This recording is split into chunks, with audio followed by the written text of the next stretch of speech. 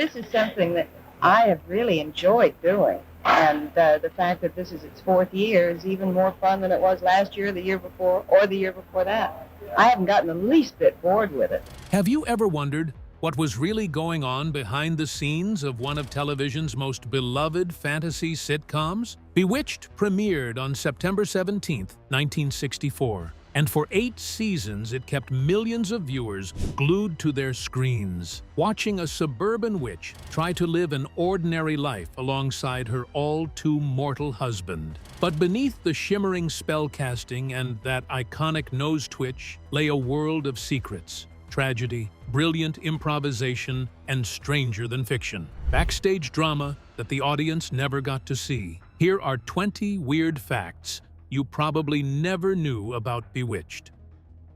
Number 20. The creator only wrote 1 episode and then walked away.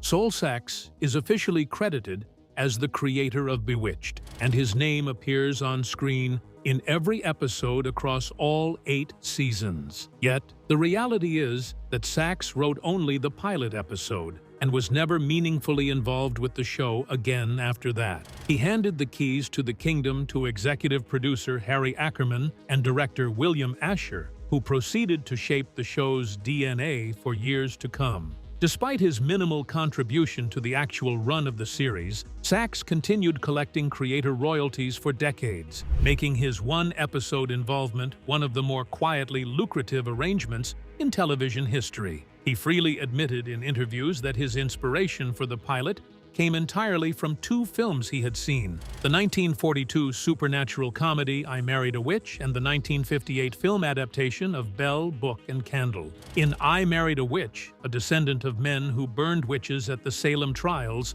is targeted by a vengeful witch who accidentally falls in love with her enemy, while Bell, Book and Candle features a modern witch casting a love spell on a mortal man before genuinely falling for him. Both storylines carry obvious echoes of what Samantha and Darren's marriage would become on screen. Sachs was not worried about legal consequences because both films were owned by Columbia Pictures, which also owned Screen Gems, the very company that produced Bewitched. The whole thing was essentially one company borrowing from itself.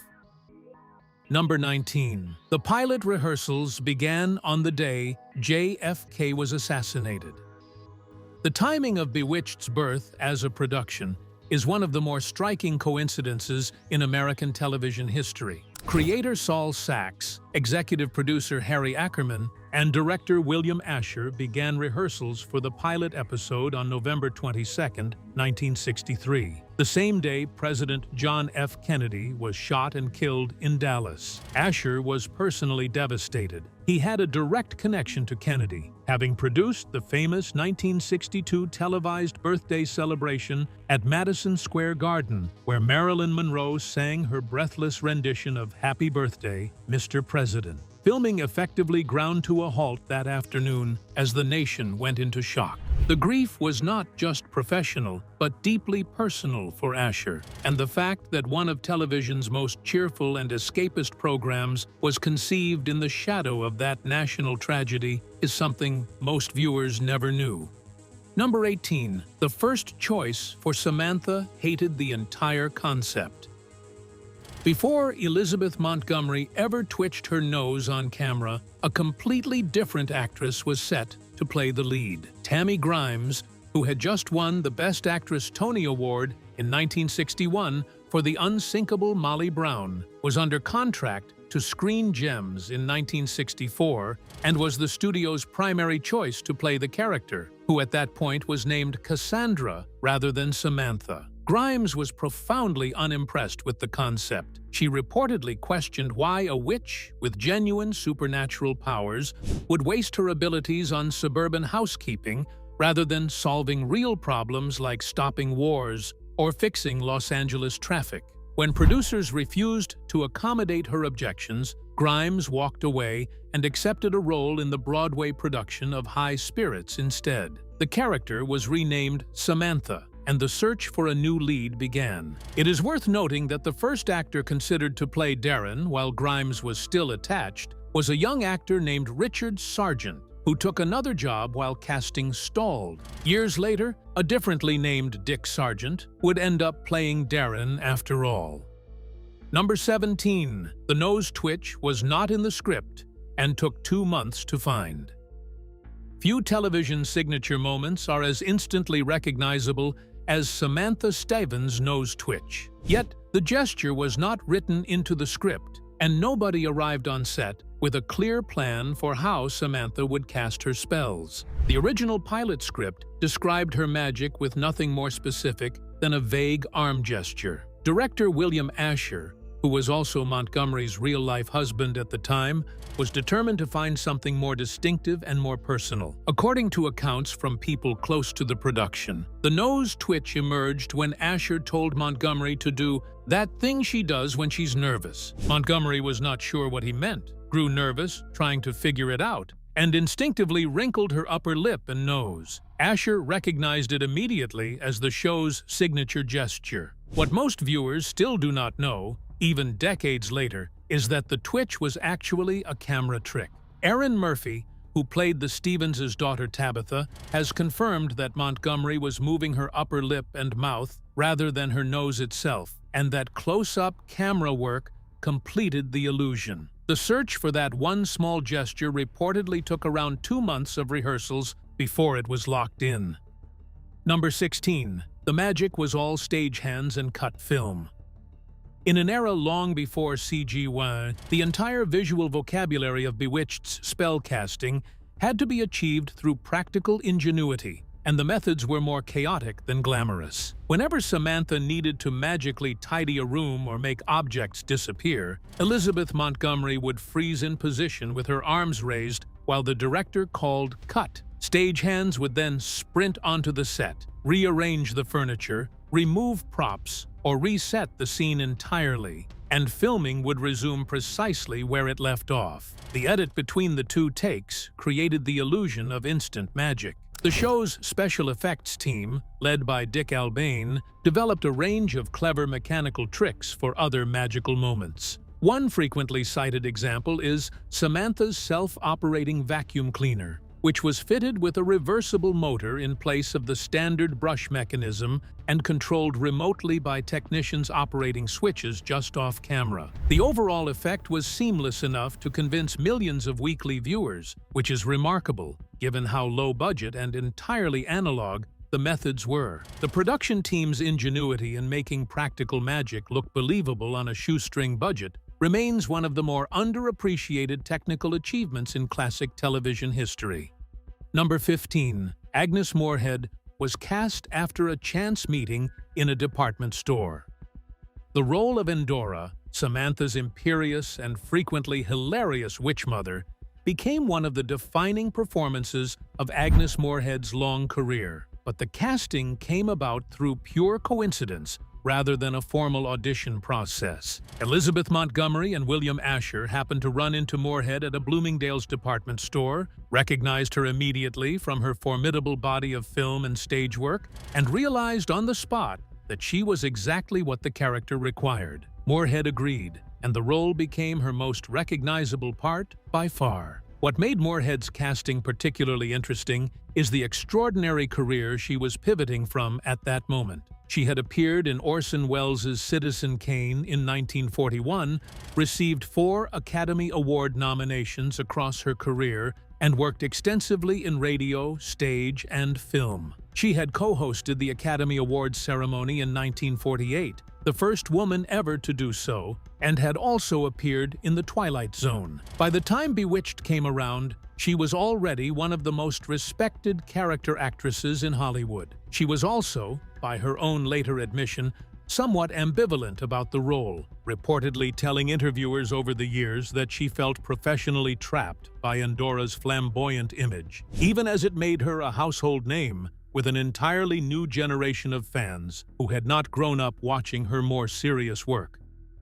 Number 14. The actors were wearing their own costumes.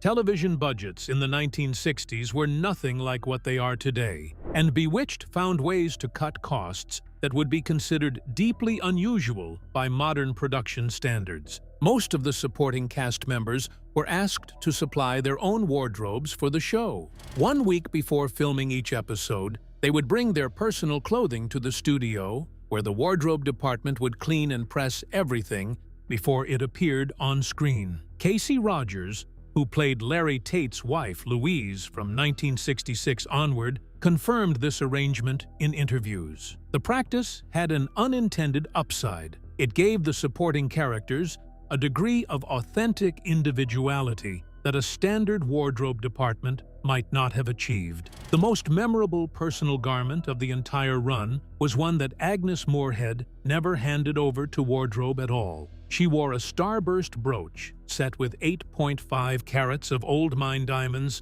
throughout her appearances as Endora, and the piece was entirely her own. Elizabeth Montgomery admired the brooch openly and repeatedly. When Moorehead died in 1974, she bequeathed it directly to Montgomery in her will. Number 13. 2 actors won posthumous Emmy Awards for their roles. Bewitched holds a somewhat melancholy distinction in television history. 2 of its supporting performers won Emmy Awards for their work on the show after they had already died. The first was Alice Pierce, who played nosy neighbor Gladys Kravitz during the show's first 2 seasons. Pierce had been diagnosed with terminal ovarian cancer before Bewitched even began production, but she kept her illness completely secret from the cast and crew, appearing on set and performing as if nothing was wrong. She passed away on March 3, 1966, and was awarded a posthumous Emmy for Outstanding Supporting Actress in a comedy series 2 months after her death. The second posthumous Emmy went to Marion Lorne, who played Samantha's lovably bumbling Aunt Clara in 28 episodes across 4 seasons. Lorne died of a heart attack on May 9, 1968, at age 82, in her Manhattan apartment. She won the same Emmy category the following year. The character of Aunt Clara was never mentioned on the show again after Lorne's death, a silence that felt conspicuous given how prominent she had been. Number 12. Dick York collapsed on set and never came back. The story of Dick York's departure from Bewitched is one of Hollywood's more painful behind-the-scenes tragedies. York had suffered a catastrophic back injury in 1959. While filming the movie, they came to Cordura, tearing the muscles along the right side of his back when he unexpectedly lifted the full weight of an extra who grabbed onto a railroad handcar he was operating. The injury never healed properly, and surgeons at the time had no procedure that could correct it. York was prescribed increasingly powerful pain medications and spent years on the Bewitched set quietly managing an extraordinary level of physical suffering. He managed through 4 complete seasons and into the 5th before the situation became unmanageable. During filming of a scene in the episode Daddy Does His Thing, York was working on a scaffold 15 feet in the air with co-star Maurice Evans when a combination of the hot studio lights, physical exhaustion, and his medications triggered a seizure. He was rushed to the hospital and never returned to the set. He later recalled leaving in an ambulance while in severe pain, but said he never regretted the decision to leave. York died in 1992 from complications related to his spinal injury and emphysema, having spent his final years in poverty. Number 11. Agnes Moorehead made Dick Sargent cry on multiple occasions.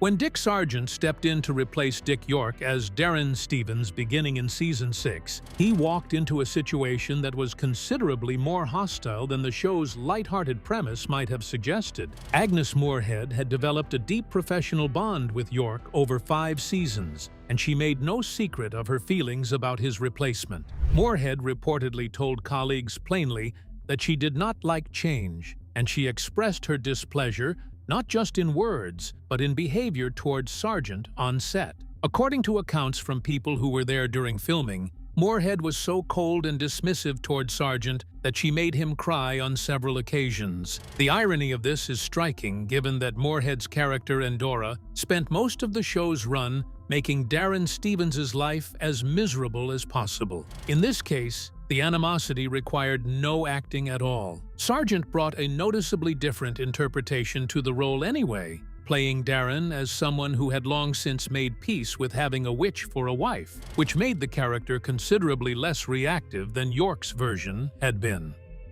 Number 10. The real Darren was originally set to be a different Dick. The casting of the Darren Stevens character followed a winding road that involved several famous names before Dick York claimed the role. While Tammy Grimes was still the intended lead, the producers had focused their attention on a young actor also named Richard Sargent for the part of her husband. Sargent had to take another job when the production stalled during the search for a new Samantha, and so he dropped out of consideration. Next on the list was Richard Crenna, who had recently spent several years playing Luke McCoy on the long-running CBS Western The Real McCoys, and was not eager to commit to another extended television series immediately. Crenna passed. Dick York then entered the picture, bringing with him an impressive list of film, television, and Broadway credits. The circularity of the situation is genuinely strange. The actor who was bypassed in 1964 eventually circled back to play the same role from 1969 to 1972. Dick Sargent, the replacement Darren, was the same actor who had nearly been the original Darren before the whole project had even been properly cast. Number 9. Elizabeth Montgomery played two characters under two names. Viewers of Bewitched were generally aware that Elizabeth Montgomery was pulling double duty as both Samantha Stevens and Samantha's free-spirited, mischievous cousin Serena, a darker-haired character who favored short skirts and a considerably more chaotic approach to life. What many fans did not realize is that the show's credits went to remarkable lengths to maintain a fictional separation between the two roles. Starting in Season 6, the role of Serena was officially credited to an actress named Pandora Spox, which was an inside joke constructed by Montgomery and William Asher, the name being a play on the phrase Pandora's Box. The ruse worked well enough that the fictional Pandora Spox received genuine fan mail from viewers who believed she was a real person. Montgomery reportedly found the whole situation hilarious. On at least one occasion, she and Asher left the set together at the end of a filming day without Montgomery changing out of her Serena costume and makeup, and the two checked into a motel still in character, so to speak. Number 8. Tabitha was played by 7 different children before Erin Murphy took over. The character of Tabitha Stevens, the Stevens' magical daughter, who was born in the second season episode And Then There Were Three, on January 13, 1966, was played by a rotating cast of child performers before the role settled into one consistent performer. During the second season alone, 5 different babies portrayed Tabitha at various stages. First Cynthia Black in the birth episode, then twins Heidi and Laura Gentry, and finally twins Julie and Tamar Young. When Season 3 arrived, fraternal twins Erin and Diane Murphy took over the role. The twin arrangement was necessary to navigate the strict child labor laws governing working hours for young performers. Erin ultimately became the dominant Tabitha, appearing in over 100 episodes, while Diane gradually phased out as the two girls grew older and began to look less alike. Diane later returned to the show in other small roles rather than as Tabitha. There was also a behind-the-scenes dynamic that made the transition natural. Erin thrived under the studio lights and genuinely loved being on set, while Diane reportedly cried when brought in to film, making the gradual handover an organic one. Number 7. The show's opening animation was made by Hanna-Barbera.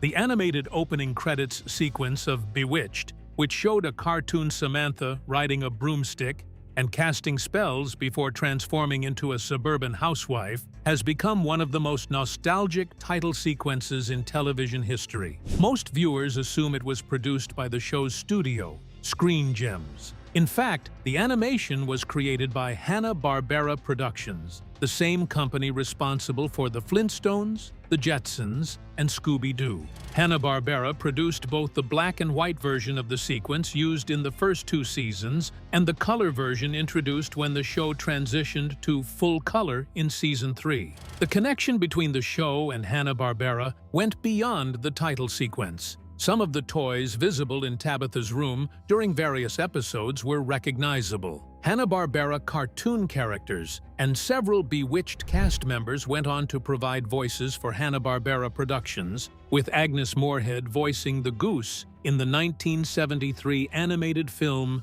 Charlotte's Web. Number 6. The names of almost all female witch characters end in the letter A. This is one of the stranger patterns hiding in plain sight throughout the entire run of Bewitched, and it appears to have been entirely deliberate. Nearly every female supernatural character in the show's mythology carries a name ending with the letter A. Samantha, Endora, Esmeralda, Clara, Tabitha, Hagatha, and Enchantra all follow the pattern without exception. The names of Samantha and Endora have a specific biblical origin. The first book of Samuel contains the story of the Witch of Endor, a figure Saul consults in order to commune with the deceased prophet Samuel, and the writers drew directly from that source to establish the witchcraft lineage within the show's fictional world. The naming convention was extended consistently across both major and minor characters throughout all 8 seasons, creating a subtle internal mythology that viewers rarely noticed consciously, but which reinforced the sense that the witches of Bewitched belonged to an ancient and coherent supernatural tradition. There are a small number of exceptions among minor characters, but the adherence to the pattern is striking enough that it reads as a firm creative decision made early in the show's development. Even the name of Samantha's daughter, Tabitha, follows the rule, which matters given how much narrative weight the character eventually carried. The consistency is particularly impressive when you consider that the show ran for 8 seasons and cycled through multiple writing teams along the way. Number 5. The show premiered as the second highest-rated program in America.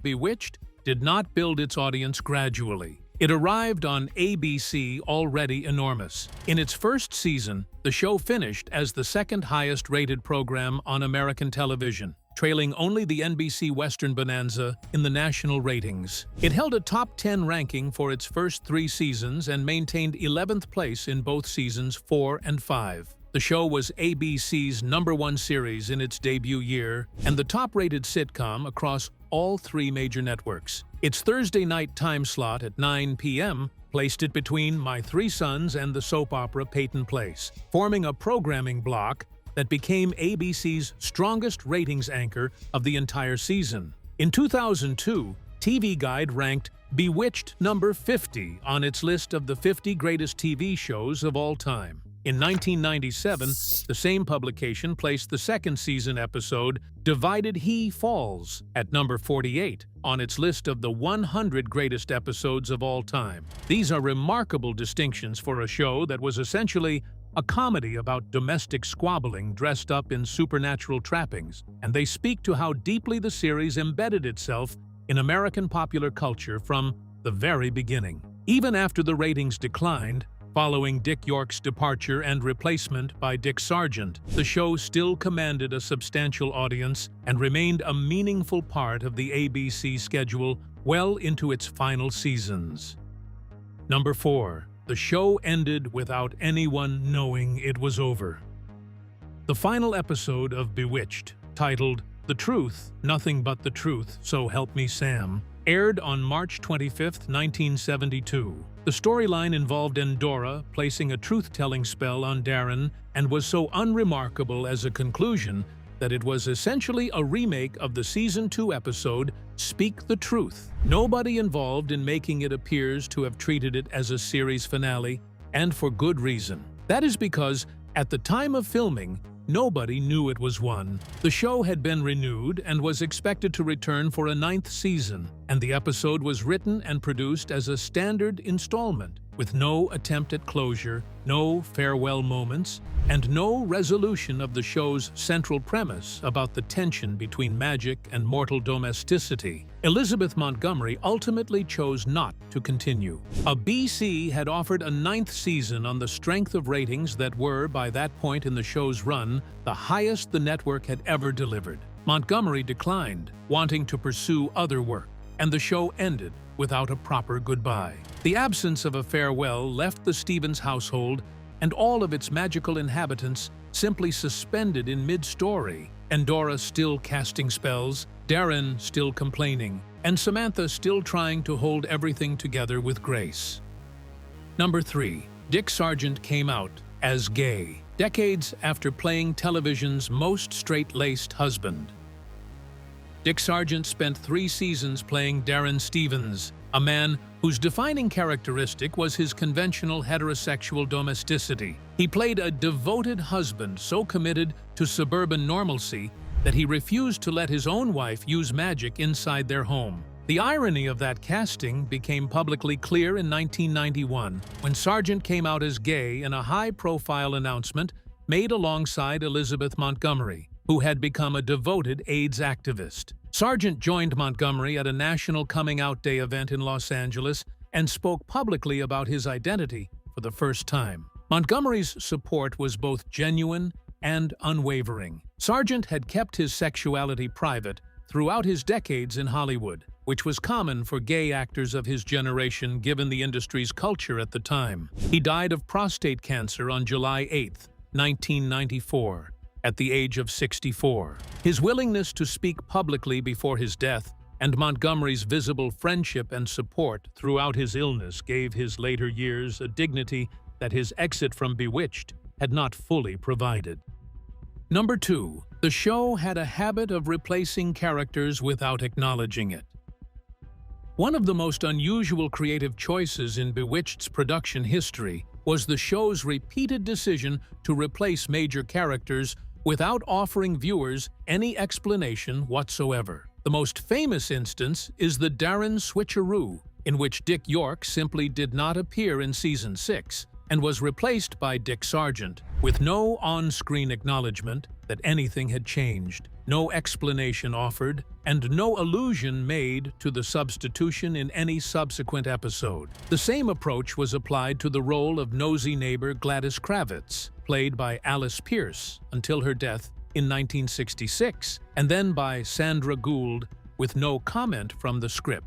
Darren's father, Frank, was alternated between actors Robert F. Simon and Roy Roberts across different seasons, again without explanation. Louise Tate, Larry's wife, was played by Irene Vernon from 1964 to 1966, and then by Casey Rogers through the remainder of the run. The cumulative effect was a show in which the human characters were treated as interchangeable in a way that the magical characters were not, which created a quietly surreal undertone that the production team never seemed to consider worth addressing. Interestingly, this approach may have actually worked in the show's favor. Audiences accepted the changes without significant protest, which suggests that the strength of the performances and the storytelling was sufficient to paper over the inconsistencies. The Darrens, in particular, remain a subject of debate among fans to this day, with opinions divided between those who preferred York's reactive bewilderment and those who found Sargent's weary acceptance more relatable. Number 1. The show was ranked among the greatest ever made.